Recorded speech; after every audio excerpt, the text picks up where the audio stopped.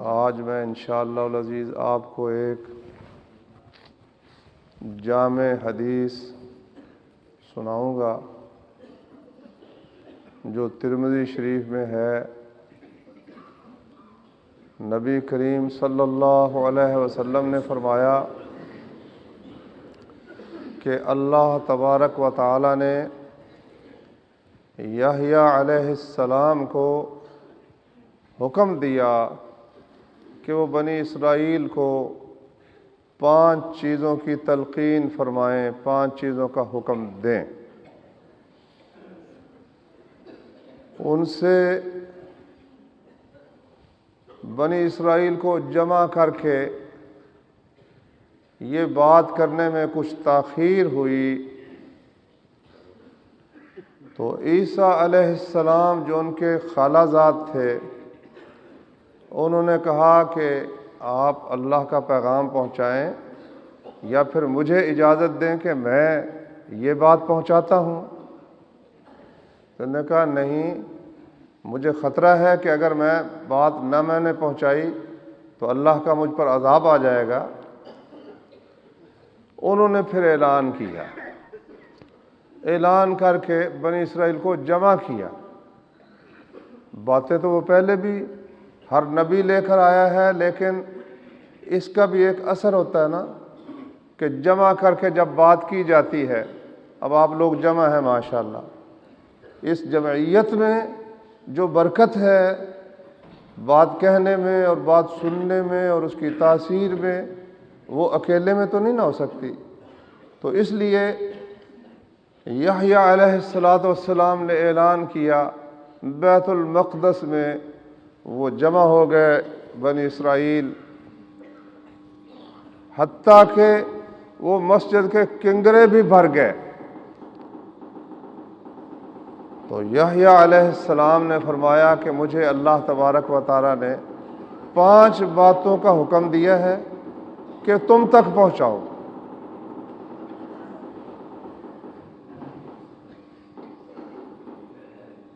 پہلی بات یہ ہے کہ ایک اللہ کی عبادت کرو، اس کے ساتھ کسی کو شریک مت کرو۔ ہر پیغمبر کی پہلی بات یہ ہے۔ ہمارے نبی صلی اللہ علیہ وسلم کی پہلی بات یہ ہے۔ امت مسلمہ کی بیماریوں کے علاج میں سے پہلی بات یہ ہے، ایک اللہ کی عبادت کرو، اس کے ساتھ کسی کو شریک مت ٹھہراؤ۔ اس کی مثال ایسے ہے، یحییٰ علیہ السلام نے فرمایا کہ ایک شخص نے ایک غلام خریدا، اس سے کہنے لگا کہ یہ میرا باغ ہے، تم میرے غلام ہو، اس باغ میں محنت کرو، جو آمدنی ہوگی وہ مجھے دینی ہے۔ اس غلام نے کیا کیا؟ سارا دن محنت کرتا، جو آمدنی ہوتی وہ اپنے مالک کی بجائے کسی اور کو دے دیتا۔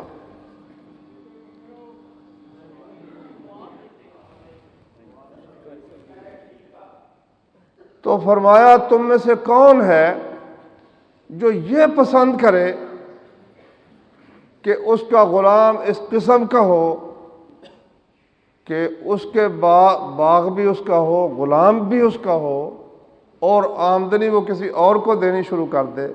کون ایسے غلام کو پسند کرتا ہے؟ یہ زمین جس پہ ہم رہتے ہیں، یہ آسمان جس کے نیچے ہم زندگی بسر کرتے ہیں، جو کچھ ہم کھاتے ہیں، جو کچھ پیتے ہیں، کس کا عطا کیا ہوا ہے؟ تو پھر یہ جو کہتے ہیں کہ جتنا دیا سرکار نے مجھ کو اتنی میری اوقات نہیں، اس سرکار سے کس کو مراد لیتے ہیں بھائی؟ نبی صلی اللہ علیہ وسلم کو مراد لیتے ہیں؟ نہ، یہ بالکل وہی بے وفا اور غدار غلام ہے جس کا یحییٰ علیہ السلام نے ذکر فرمایا۔ پھر دیکھو ایک اور بڑی خطرناک چیز، ہم سمجھتے ہیں ہماری توحید بڑی فرسٹ کلاس ہے، ہم قبروں کے سامنے سجدہ ریز نہیں ہوتے، ہم غیر اللہ کو نہیں پکارتے، لیکن بھائیو ہمارے اعمال قل ان صلاتی و نسکی و محیای و مماتی للہ رب العالمین، کہہ دے میری نماز، میری قربانی، میری زندگی، میری موت سب اللہ رب العالمین کے لیے ہے، لا شریک لہ، جس کا کوئی شریک نہیں، وبذالک امرت، مجھے اسی کا حکم دیا گیا ہے اور سب سے پہلے میں فرما بردار ہوں۔ اچھا پھر یہ کیا بات ہے کہ کوئی تھوڑا سا بھی کام ہو تو جب تک اس کی تشہیر نہ ہو، جب تک کچھ دیکھنے والے نہ ہوں، جب تک اس کی تحسین کرنے والے نہ ہوں، اس وقت تک ہمارے دل میں ولولہ اٹھتا ہی نہیں ہے، ہم کام اتنا نہیں کرتے جتنی ہماری خواہش ہوتی ہے کہ ہماری تعریف ہو۔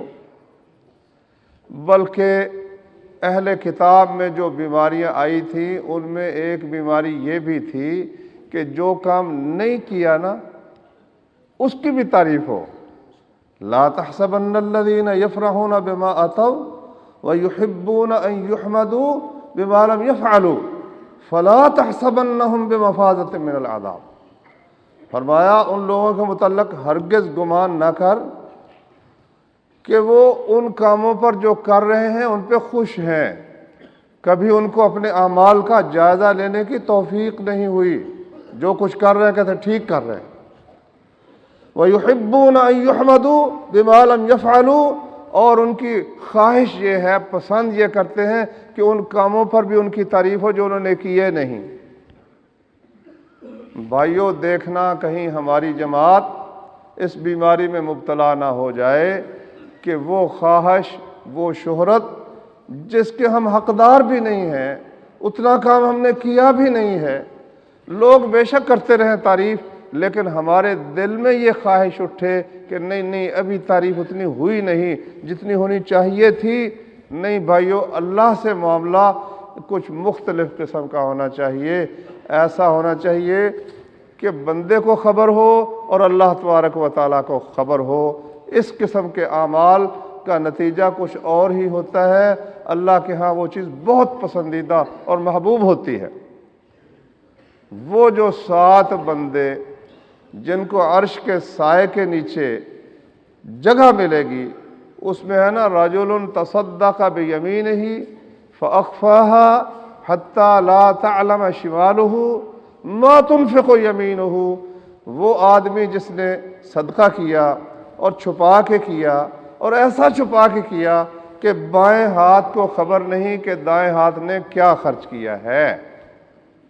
سب کچھ صرف اللہ تبارک و تعالیٰ کے لیے، مخلوق سے کسی قسم کی نہ شاباش کی توقع، نہ صلے کی کوئی توقع۔ یہ چیز جو ہے نا ہم میں آ جائے تو یہ اللہ تبارک و تعالیٰ کا بہت بڑا احسان ہے۔ وہ جو مسلمانوں کی جنگوں میں واقعات ہم پڑھتے رہتے ہیں، قادسیہ کا مشہور واقعہ ہے کہ جس وقت وہاں سے خبر آئی، سعد ابن ابی وقاص رضی اللہ تعالیٰ عنہ نے قاصد بھیجا، 7 خط لکھ کے بھیجا کہ اس طرح سے واقعہ ہوا، جنگ ہوئی، لڑائی ہوئی، اور پھر اللہ تبارک و تعالیٰ نے مسلمانوں کو فتح عطا فرمائی، اور فلاں صاحب جو تھے مسلمانوں کے کمانڈر وہ شہید ہو گئے، فلاں شہید ہو گئے۔ امیر المومنین عمر ابن خطاب رضی اللہ عنہ پڑھتے چلے گئے، خط پڑھتے گئے، جب یہاں پہنچے نا کہ ان کے علاوہ بھی بہت سے بھائی شہید ہو گئے، تو عمر بن خطاب رونا شروع ہو گئے، کہنے لگے بھئی جس اللہ کی خاطر، اس میں یہ لفظ تھا کہ بہت سے ایسے لوگ جن کو امیر المومنین نہیں جانتے، فلاں بھی شہید ہو گیا، فلاں بھی شہید ہو گیا، فلاں بھی شہید ہو گیا، اور بہت سے شہید ہو گئے جن کو امیر المومنین نہیں جانتے۔ تو امیر المومنین نے فرمایا کہ اگر امیر المومنین ان کو نہیں جانتا، اگر عمر انہیں نہیں جانتا، انہیں کچھ نقصان نہیں، جس کی خاطر شہید ہوئے وہ ان کو خوب جانتا ہے۔ تو میرے بھائیوں، یہ بیماری ہمیں بہت آ چکی ہے، نمایاں ہونا، شاباش کی توقع رکھنا، اس سے بے برکتی پیدا ہو رہی ہے۔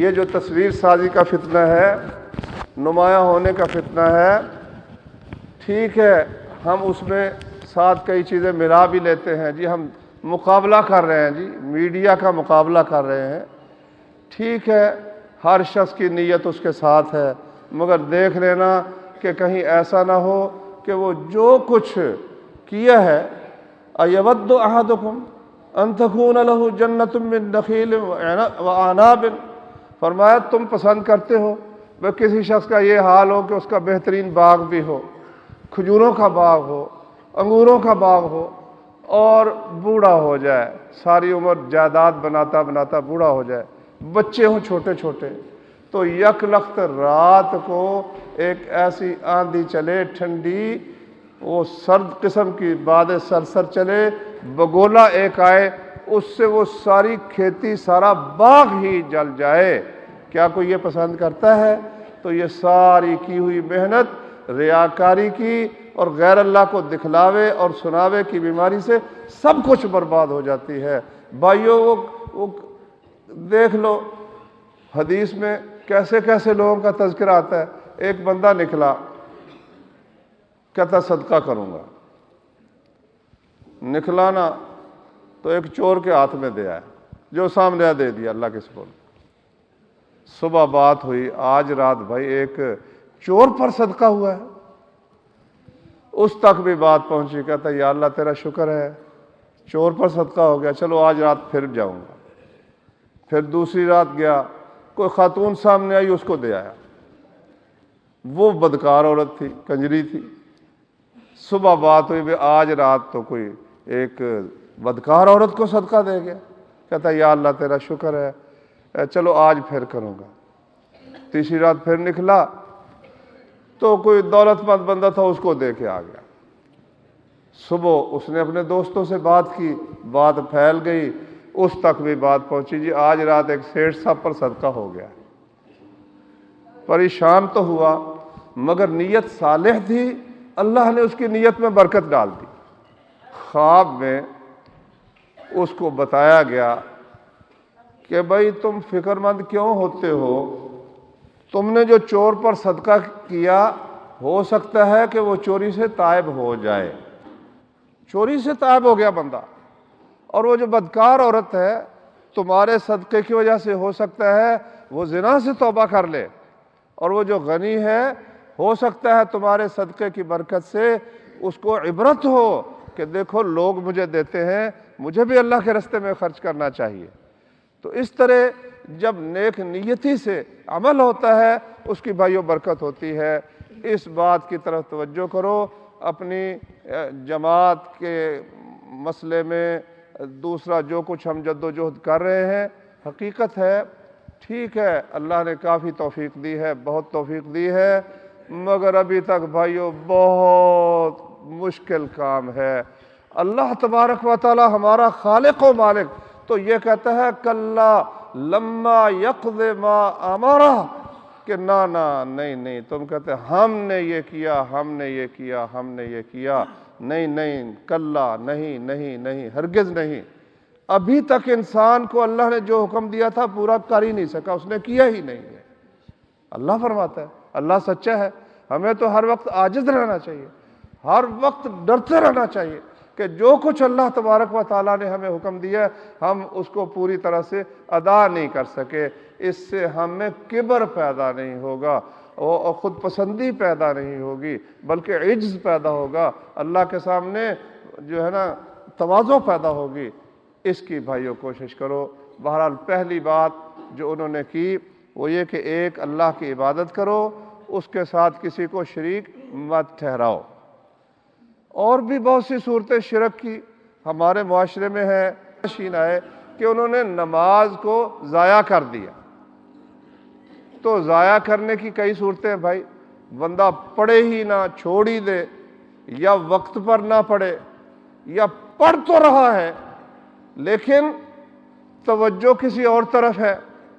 یہاں یحییٰ علیہ السلام نے خصوصاً جس بات کی طرف توجہ دلائی اس موقع پر وہ یہ تھی، فرمایا کہ انسان جب تک نماز پڑھتا ہے اللہ تبارک و تعالیٰ اس کی طرف متوجہ رہتا ہے، جب تک وہ اپنی توجہ ادھر ادھر نہیں کرتا، ادھر ادھر جھانکتا نہیں، اللہ تبارک و تعالیٰ اس کی طرف متوجہ رہتا ہے۔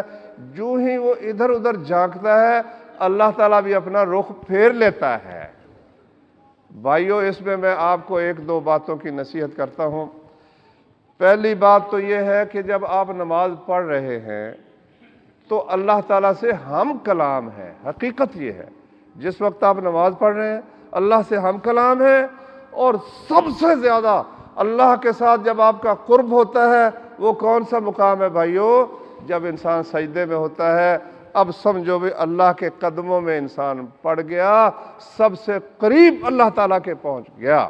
اقرب ما یکون العبد وہو ساجد، نبی صلی اللہ علیہ وسلم نے فرمایا بندہ اللہ کے سب سے قریب اس وقت ہوتا ہے جب سجدے کی حالت میں ہے۔ فاجتہدوا فی الدعاء، دعا کی کوشش کر لو، فقمن ان یستجاب لکم، عین ممکن ہے، بہت قریب ہے کہ تمہاری دعا قبول کر لی جائے۔ تو میرے بھائیو، میں آپ سے یہ پوچھتا ہوں کہ ایک بندہ کسی سے ہم کلام ہے، جو بات اس سے کر رہا ہے وہ سمجھتا ہی نہیں کہ میں کیا بات کر رہا ہوں۔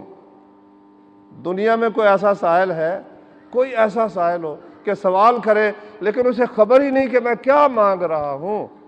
لیکن یہ مسلم قوم ایسی بیچاری قوم ہے کہ ان کا یہی حال ہے کہ ساری عمر گزر گئی، 70 برس کی عمر ہو گئی، 60 برس کی ہو گئی، 50 برس کی عمر ہو گئی، لیکن انہیں نماز کا ترجمہ نہیں آتا کہ نماز کے اندر ہم اپنے پروردگار سے بات کیا کہہ رہے ہیں۔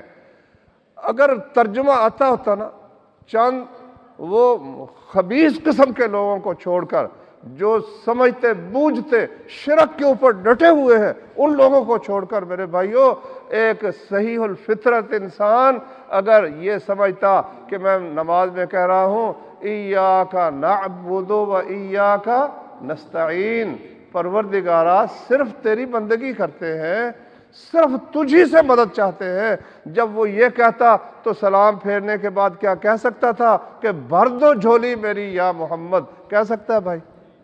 نماز میں کیا کہتا ہے؟ ایاک نستعین، صرف تجھ سے مدد چاہتے ہیں، اور پھر جھولی بھرنے کے لیے نبی کریم صلی اللہ علیہ وسلم کو پکارتا ہے، اور کبھی کہتا ہے اے مولا علی، اے شیر خدا، میری کشتی پار لگا دینا۔ وہ کشتی پار لگانے کے لیے جناب علی رضی اللہ تعالیٰ عنہ کو پکارنا شروع کر دیتا ہے۔ کم عقل سوچ تو صحیح کہ تو نے نماز میں کہا کیا تھا، ہر رکعت میں پروردگار سے عہد کیا کیا تھا؟ تو نے تو کہا تھا ایاک نعبد و ایاک نستعین۔ دائیں بائیں جو بھائی سو رہے ہیں ان کو جگا دو، اللہ آپ کو جزا دے۔ تو خیر، میں یہ عرض کر رہا تھا کہ نماز کے متعلق ہمیں کوشش کرنی چاہیے، روزانہ ایک لفظ اگر پڑھے نا، الحمدللہ ہے، سب تعریف اللہ کے لیے۔ بھائیو، یہی وجہ معلوم ہوتی ہے، باقی اللہ بہتر جانتا ہے، یہ بھی اس میں ایک شامل ہے، قیامت اس وقت تک قائم نہیں ہوگی جب تک حتیٰ یکثر الجہل ویقل العلم، جہالت عام ہو جائے گی، علم کم ہو جائے گا۔ کون سا علم کم ہو جائے گا؟ انجن بنانے کا علم کم ہو جائے گا؟ بجلی بنانے کا علم کم ہو جائے گا؟ نہیں، یہ جسم کو سہولتیں پہنچانے کا علم تو ہو سکتا ہے بڑھتا ہی چلا جائے۔ وہ جو آسمان سے ہدایت آئی تھی، اس مشین، انسانی مشین کو بنانے والے نے اس کے چلانے کے لیے جو ہدایت نامہ آسمان سے بھیجا تھا، اس کا علم لوگوں میں کم ہو جائے گا۔ اب جو لوگ نماز پڑھتے بھی ہیں ان کو علم ہی نہیں کہ ہم کیا پڑھتے ہیں۔ تو وہ جو یحییٰ علیہ السلام نے فرمایا کہ بندہ جب تک متوجہ رہتا ہے اللہ اس کی طرف متوجہ رہتا ہے، جو ہی وہ ادھر ادھر جھانکتا ہے اللہ تعالیٰ اپنا منہ ہی اسے موڑ لیتا ہے۔ اب مجھے بتاؤ کہ ایک بندہ نماز پڑھ رہا ہے، اس کو پتہ ہی نہیں کہ میں کیا پڑھ رہا ہوں، کیا یہ اللہ کی طرف اس کی توجہ ہو سکتی ہے؟ ایک مجمل سی ہو سکتی ہے بھائی، نیک بندے کوئی کہ بھئی میں اللہ کے سامنے کھڑا ہوں، مگر کہتا کیا ہوں؟ اس کو اسے کچھ علم ہی نہیں کہ میں کیا کہتا ہوں۔ تو اس بات کا خیال رکھنا چاہیے۔ پھر ایک اور چیز جس نے پہلے بنی اسرائیل کو برباد کیا، پھر اقامت صلاۃ کا دعویٰ کرنے والی جماعتوں کو برباد کیا، اب وہ ہماری جماعت کو برباد کرنے کے درپے ہو چکی ہے۔ وہ یہ ہے کہ ہم نے اپنے جو پروگرام بنائے ہوئے ہیں، فلاں جگہ ملاقات کرنی ہے، فلاں جگہ جا کر دعوت دینی ہے، فلاں جگہ جا کر چندہ کرنا ہے، فلاں جگہ ہم نے جلسہ کرنا ہے، رات کو خطاب کرنا ہے، یہ سب کچھ ہمارے لیے اہم ہو گیا، مگر نماز ہماری بھائیوں پیچھے چلی گئی۔ ہمارے دفتروں میں جا کر دیکھو، مسجد قریب ہے، اذان ہو چکی ہے، مگر وہ مسجد میں جا کر نماز نہیں پڑھتا۔ ہمارے کئی لوگ اس قسم کے ہیں کہ وہ جماعت کا وقت ہوتا ہے مسجد میں نظر نہیں آتے، گھر میں ہی نماز پڑھ لیتے ہیں، جبکہ ہمارے پیارے پیغمبر صلی اللہ علیہ وسلم کا اسوہ کیا ہے؟ سبحان اللہ، صحیح بخاری میں حدیث ہے کہ اس وقت مسجد میں آنا چھوڑا نبی صلی اللہ علیہ وسلم نے جب عشاء کا وقت تھا، بیماری ایسی غالب آ گئی کہ اٹھنے لگے تو بے ہوش ہو گئے۔ پھر ہوش آیا، فرمایا بھئی کیا حال ہے لوگوں کا؟ کہتے جی انتظار ہو رہا ہے آپ کا۔ فرمایا اچھا مجھے غسل کراؤ، میں ذرا طبیعت بہتر ہو جاؤں، اور غسل کرانے کے لیے اٹھے، پھر بے ہوش ہو گئے۔ 3 دفعہ اس طرح اٹھنے کی کوشش کی تو نبی کریم صلی اللہ علیہ وآلہ وسلم جب نہ ہی اٹھ سکے نہ، تیسری دفعہ فرمایا اچھا ابو بکر کو کہو نماز پڑھائے۔ عمر بن خطاب رضی اللہ عنہ نکلے، ایک نوجوان تھا، بڑا نیک تھا، اس کی ماں کے پاس سے گزرے، کہتے ہیں وہ مسجد میں نہیں آیا بھائی، کیا بات ہے؟ کہتا جی تہجد پڑھتا رہا ساری رات، تو صبح اس کو نیند آ گئی۔ فرمایا ساری رات سویا رہتا نا اور جماعت سے شامل ہو جاتا جماعت میں تو یہ زیادہ بہتر تھا۔ اب یہ کس قسم کا ہمارا جلسہ ہے بھائی؟ کس قسم کی ہماری دعوت ہے بھائی کہ ہماری نمازیں ہی ضائع ہو رہی ہیں؟ ایک جماعت حاجی ظہور الہی صاحب ہوا کرتے تھے، علامہ احسان الہی کے والد تھے، اللہ دونوں پر رحمت فرمائے، دونوں کو جنت الفردوس۔ ایک جماعت والے اس سے بڑی بحث شروع ہو گئی، جی ہماری جماعت دین کا کام کر رہی ہے یہ۔ اس نے کہا چلو میرے ساتھ، گجرانوالہ میں چلو اور شیخوپورہ میں چلو، قریب کے یہ ضلع، بتانا نہیں ہے۔ اور نماز کے اوقات میں اگر آپ کی جماعت کا امیر وہ آ جائے نا مسجد میں جماعت کے ساتھ نماز پڑھے تو میں آپ کی بات مان لوں گا کہ واقعی آپ کی جماعت اقامت دین کا کام کر رہی ہے۔ چیلنج کر کے اس نے کہا بھائیو مجھے خطرہ ہے کہ کہیں ہماری جماعت کا یہ حال نہ ہو جائے۔ حق یہ ہے میں ہمیشہ کہتا رہتا ہوں، بھائی توجہ نہیں کرتے، جو امیر ہے نا وہ جماعت کرائے۔ اگر مسجد کوئی دوسری ہے، بہرحال دوسرے بھائیوں کا اہتمام، وہ تو جو جماعت کرائیں ٹھیک ہے، آپ اس کے پیچھے نماز پڑھیں، مگر پہلی صف میں پہنچے نا، پہلی صف میں پہنچے۔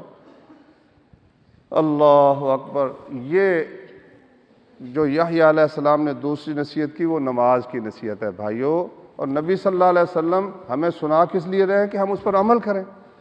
تو یہ دوسری چیز ہے اپنی نمازوں کی حفاظت کرنا۔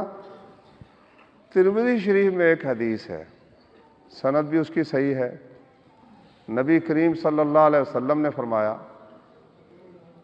کہ جو شخص 40 دن تک اللہ کے لیے، یہ شرط ذرا مشکل ہے، اللہ کے لیے، جو شخص 40 دن تک اللہ کے لیے پہلی تکبیر کے ساتھ مل کر نماز پڑھے، 2 چیزوں سے اللہ اس کو بری کر دیتا ہے۔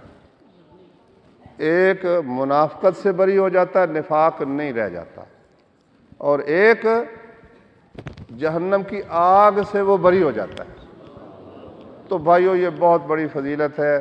یہ سب سے پوچھا گیا سب سے افضل عمل کیا ہے؟ فرمایا وقت پر نماز ادا کرنا۔ جہاد کو اس کے بعد گنا نبی کریم صلی اللہ علیہ وسلم نے، الصلاۃ لوقتہا، سب سے بہترین ایمان باللہ ہے، اللہ پر ایمان تو خیر اس کے بغیر کچھ ہے ہی نہیں نا، اس کے بعد اپنی نمازوں کو درست کرو، اور اس کے بعد پھر دوسری باتیں ہیں۔ تو دوسرا حکم یحییٰ علیہ السلام نے یہ دیا۔ تیسرا فرمایا کہ میں تمہیں صدقے کا حکم دیتا ہوں۔ اس کی مثال اس طرح ہے کہ ایک شخص کو کسی نے گرفتار کر لیا، اس کے ہاتھ بھی باندھ دیے، اس کے پاؤں بھی باندھ دیے، اور تلوار لے کے کھڑا ہو گیا کہ تیری گردن مارتا ہوں۔ اس نے کہا مجھے مت مارو، میرے پاس جو کچھ ہے لے لو۔ اس نے دینا شروع کر دیا، ایک چیز بھی دی، پھر ابھی وہ وہ رکا، پھر دوسری چیز دی، دیتا گیا۔ اچھا اخیر اس نے کہا اچھا جاؤ تمہیں چھوڑا۔ تو اس طرح سے یہ صدقہ جہنم سے رہائی اور آزادی کا باعث بن جاتا ہے صدقہ، اور اس میں اور بہت سی برکتیں ہیں۔ یہ جو خست ہے، یہ خیانت کی جو کمینگی ہے کہ اللہ کا مال ہے، مجاہدین کا مال ہے، اور اس میں ہم خیانت کرتے چلے جا رہے ہیں، اس کا باعث کیا ہے؟ اس کا باعث یہ ہے کہ ہم اپنے ہاتھ سے دینے کے لیے تیار نہیں ہیں اور لینے کی طرف ہی پڑے ہوئے ہیں، پھر اس میں نہ اپنا حق پہچانتے ہیں نہ اللہ کا حق پہچانتے ہیں۔ اس کا علاج بھائیو یہ ہے کہ بندہ خود دینا شروع کر دے، جب دے گا نا انشاءاللہ العزیز اس کو خیانت کی کمینگی سے اور خست سے اللہ کے فضل سے نجات حاصل ہو جائے گی۔ دیکھ لو وہ جو صحیح مسلم میں واقعہ ہے، نبی کریم صلی اللہ علیہ وسلم نے بیان کیا اس بندے کا کہ وہ جو جا رہا تھا ایک آدمی، تو بادل سے اس نے آواز سنی کہ فلاں شخص کے باغ کو پانی پلاؤ، تو بادل برسنا شروع ہو گیا، پانی اکٹھا ہو کر ایک طرف چل نکلا۔ وہ بھی دیکھنے لگا بھئی یہ عجیب مسئلہ ہے، پانی ایک نالے میں جا رہا ہے، وہ ساتھ ساتھ چل نکلا۔ آگے دیکھا تو ایک آدمی کے ہاتھ میں کسی ہے، باغ میں پانی پھیر رہا ہے۔ کہتا ہے تمہارا نام کیا ہے؟ اس نے نام بتایا، وہ بالکل وہی نام تھا جو اس نے بادل میں سنا تھا۔ کہتا ہے تم مجھ سے نام کیوں پوچھتے ہو؟ کہتا ہے بھائی میں نے یہ بات سنی ہے تو اس لیے میں نے آپ کا نام پوچھا ہے، تو مجھے آپ بتائیں بھی آپ کا کیا عمل ہے کہ بادلوں کو حکم ہوتا ہے کہ فلاں شخص کے باغ کو پانی پلاؤ؟ اس نے کہا اگر یہ بات ہے تو میں تمہیں بتاتا ہوں۔ اس سے بھی یہ سمجھ آتی ہے کہ اس کے اس عمل کی اللہ کے علاوہ ابھی تک کسی کو خبر نہ تھی، خبر نہیں تھی۔ یہ نہیں سلائی مشینیں تقسیم ہو رہی، ساتھ تصویر ہے ماشاءاللہ، اتنے پیکٹ تقسیم ہو رہا ہے ساتھ تصویر ہے، نہیں، کسی کو خبر ہی نہیں کسی کو۔ اللہ کو خبر ہے یا اس کو خبر ہے، لیکن اللہ نے جب اس شخص کے سامنے اس کا پردہ کھولا نا تو اس نے پھر سمجھا بھی اللہ نے جب اس کو بتا دیا تو میں اس کو بتاتا ہوں۔ کہتا ہے اس باغ میں سے جو کچھ نکلتا ہے میں اس کے 3 حصے کرتا ہوں۔ ایک حصہ تو میں سب سے پہلے اللہ کے راستے میں دے دیتا ہوں، صدقہ کر دیتا ہوں۔ ایک حصہ اس باغ کی ضروریات پر صرف کرتا ہوں، اور ایک حصہ میں اور میرے گھر والے ہم کھا لیتے ہیں۔ تو یہ ہے بھائیوں کرنے کا کام۔ اللہ تعالیٰ سے کچھ معاملہ کر لیا جائے، یہ مال میں بھی معاملہ کر لیا جائے، اوقات میں بھی کچھ کر لیا جائے تو کیا حرج ہے بھائی؟ 24 گھنٹے سارے اوقات جتنے اوقات ہیں سارے کے سارے اوقات ہی اپنے لیے، اپنے پیٹ کے لیے، اپنے بچوں کے لیے اور پیدا کرنے والے کے لیے کچھ بھی نہیں، کوئی وقت ہی نہیں۔ لو آج بھائی آ گئے ہیں، یقیناً کتنے آپ کے بھائی ہوں گے جن کو آپ نے دعوت دی، انہوں نے کہا نہیں جی نہیں، میری منجی کا مسئلہ ہے، میری گندم کی بجائی کا مسئلہ ہے، میری بھینس میرے ہاتھ پر پڑی ہوئی ہے، دودھ نہیں دیتی اگر میں موجود نہ ہوں۔ ایسے ہی نہیں فرمایا پیارے پیغمبر صلی اللہ علیہ وسلم نے؟ ایک گھر میں کچھ حالات دیکھے کھیتی باڑی کے، فرمایا جس گھر میں یہ حالات آ جاتے ہیں وہ قوم ذلیل ہو جاتی ہے۔ دیکھو سبز انقلاب کی باتیں صدر ایوب کے زمانے سے سن کر اللہ کی قسم کان پک گئے۔ سبز انقلاب، کھیتی باڑی، گندم، منجی، فلانی، اور یورپ اور امریکہ وہ سرخ انقلاب، ہتھیار، اسلحہ، F-16، B-52، وہ اس طرف بڑھتے چلے جاتے ہیں، لڑتے ہی وہ کافر، حالانکہ ان کو آخرت کا یقین نہیں، مگر لڑنے سے ذرا دریغ نہیں کرتے۔ مگر ہمیں فرصت ہی نہیں ہے گھر سے نکلنے کی۔ کوئی ماسٹر ہے تو ماسٹری میں پھنسا ہوا ہے، کوئی ذمہ دار ہے تو ذمہ داری میں پھنسا ہوا ہے۔ نہیں میرے بھائی ایسا نہیں ہے۔ تو میں جو عرض کر رہا تھا کہ یہ اللہ کے راستے میں خرچ کرنا یہ مصیبتوں کو دور کرنے کا ذریعہ ہے۔ نبی کریم صلی اللہ علیہ وسلم نے ارشاد فرمایا میں نے ایک عالم سے بات سنی تھی، مجھے اس نے نفع دیا، قرآن میں وہ موجود ہے، اس عالم نے اپنے پاس سے نہیں کی تھی، آپ کو بھی میں نصیحت کرتا ہوں۔ اس نے کہا یہ جو قرآن میں نا والذین فی اموالہم حق معلوم للسائل والمحروم، وہ بندے بے صبری سے بچتے ہیں، بے صبری سے وہ بندے بچیں گے جن میں یہ وصف ہوگا، کچھ اور وصف بھی ہے کہ ان کے مال میں ایک مقرر حصہ ہے، سائل کے لیے بھی محروم کے لیے بھی۔ اس نے نصیحت کی کہ تمہارا جو کچھ تمہیں ملتا ہے، طالب علم ہے اس کو 100 روپیہ ملتا ہے نا، اللہ سے ہر ایک کی ہمت ایک جیسی بھائیوں نہیں ہو سکتی۔ میں سب کو کہوں بھی آپ ثلث رکھیں، آپ نصف رکھیں، آپ سدس رکھیں، نہیں، ہر شخص کی اپنا اپنا حساب ہے، لیکن ثلث سے اگر شروع ہو تو اللہ کے رسول نے فرمایا ثلث والثلث کثیر، ثلث بہت ہے، ثلث بہت ہے۔ لیکن اگر کسی کو اللہ نے، لاہور میں نے ایک صاحب کے متعلق سنا، اس نے رب تعالیٰ سے آدھے کا حساب رکھا ہوا ہے، وہ جو پروردگارہ تو دے گا نا آدھا تیرا ہے اللہ کے فضل و کرم سے۔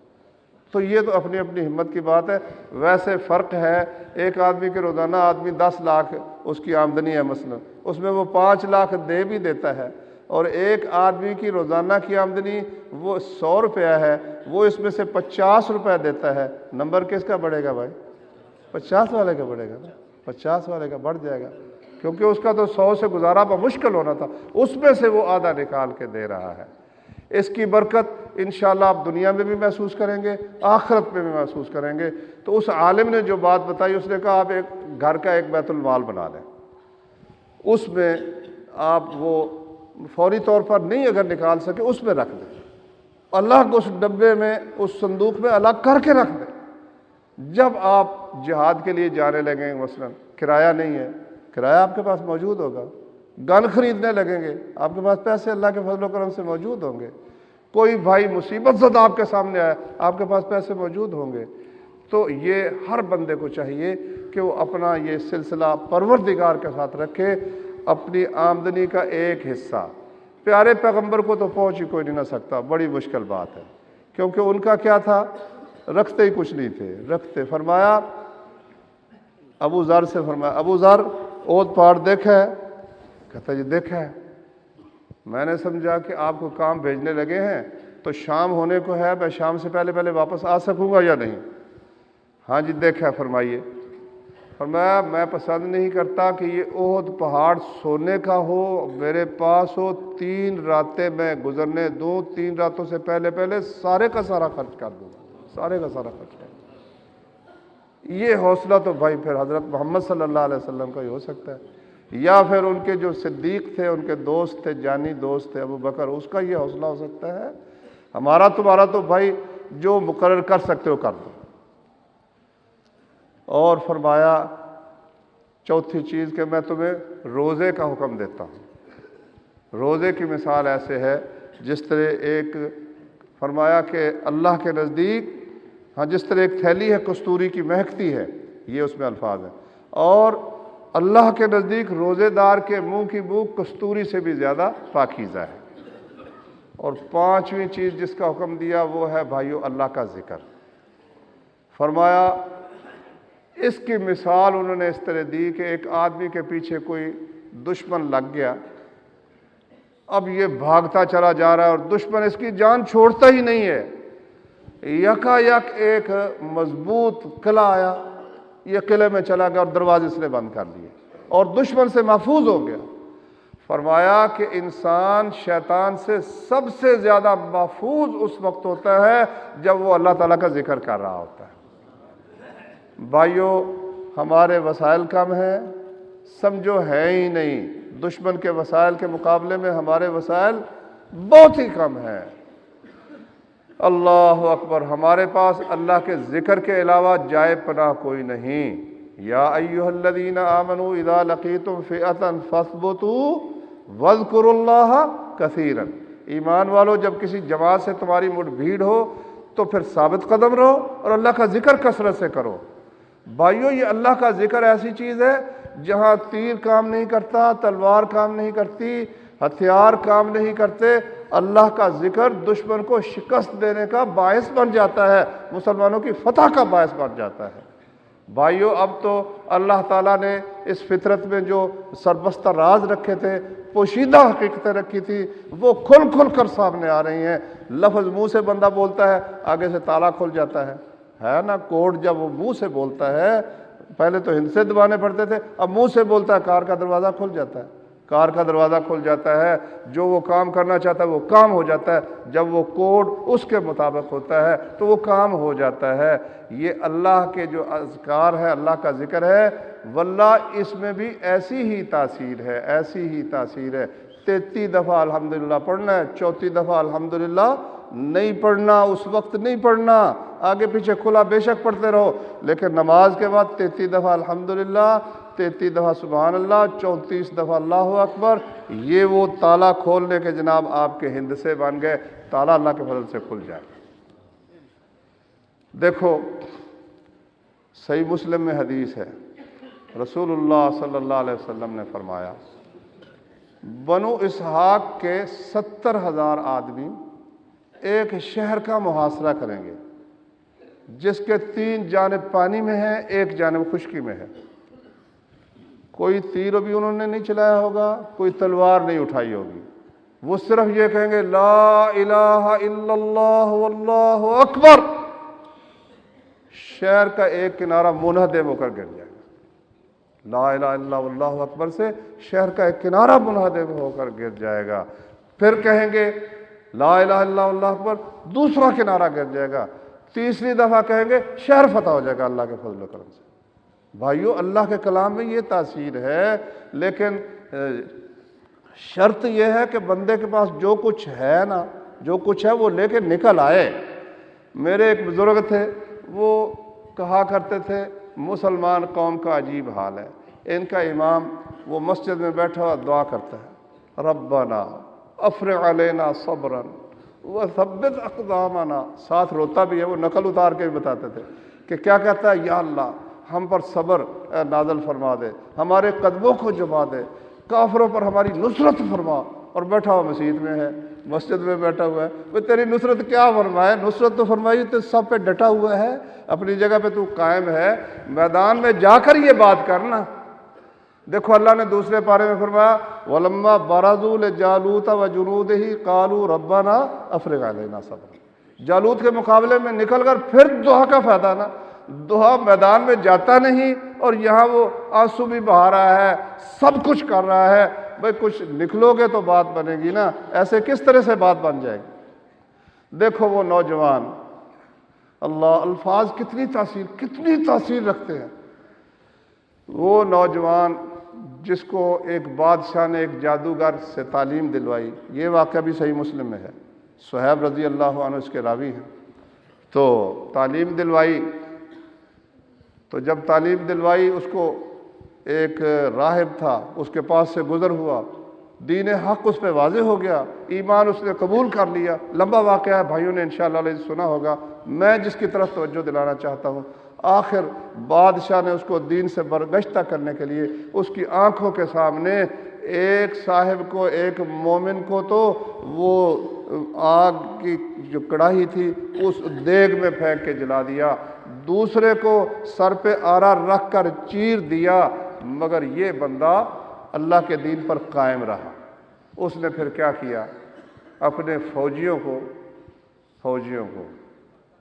اللہ، نوکری واللہ بڑی ذلت ہے، بڑی ذلت ہے، خواہ فوج کی نوکری ہو، خواہ وہ پولیس کی نوکری ہو، سوائے اس کے کہ کسی مسلم حکمران کی وہ ہو، پھر انشاءاللہ العزیز عزت کا باعث ہے، کیونکہ اس کی اطاعت بھی عزت ہے، مگر طاغوت اور غلط قسم کے لوگوں کی نوکری وہ تو ذلت کا ہی باعث ہے۔